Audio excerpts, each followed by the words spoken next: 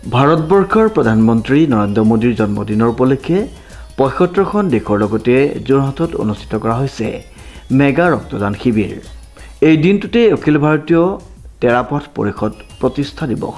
এই প্ৰতিষ্ঠা দিৱসৰ বাবে ভাৰতবৰ্ষৰ প্ৰধানমন্ত্ৰী নৰেন্দ্ৰ মোদীৰ জন্মদিনৰ লগত সংগতি ৰাখি বিশ্বৰ ৭৫খন দেশত একযোগে আয়োজন কৰা হৈছে মেগা ৰক্তদান শিবিৰ।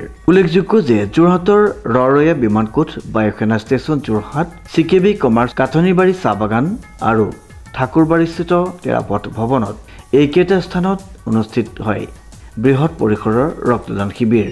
অনুষ্ঠানটিৰ নাম ৰখা হৈছে ৰক্তদান অমৃত মহোৎসৱ।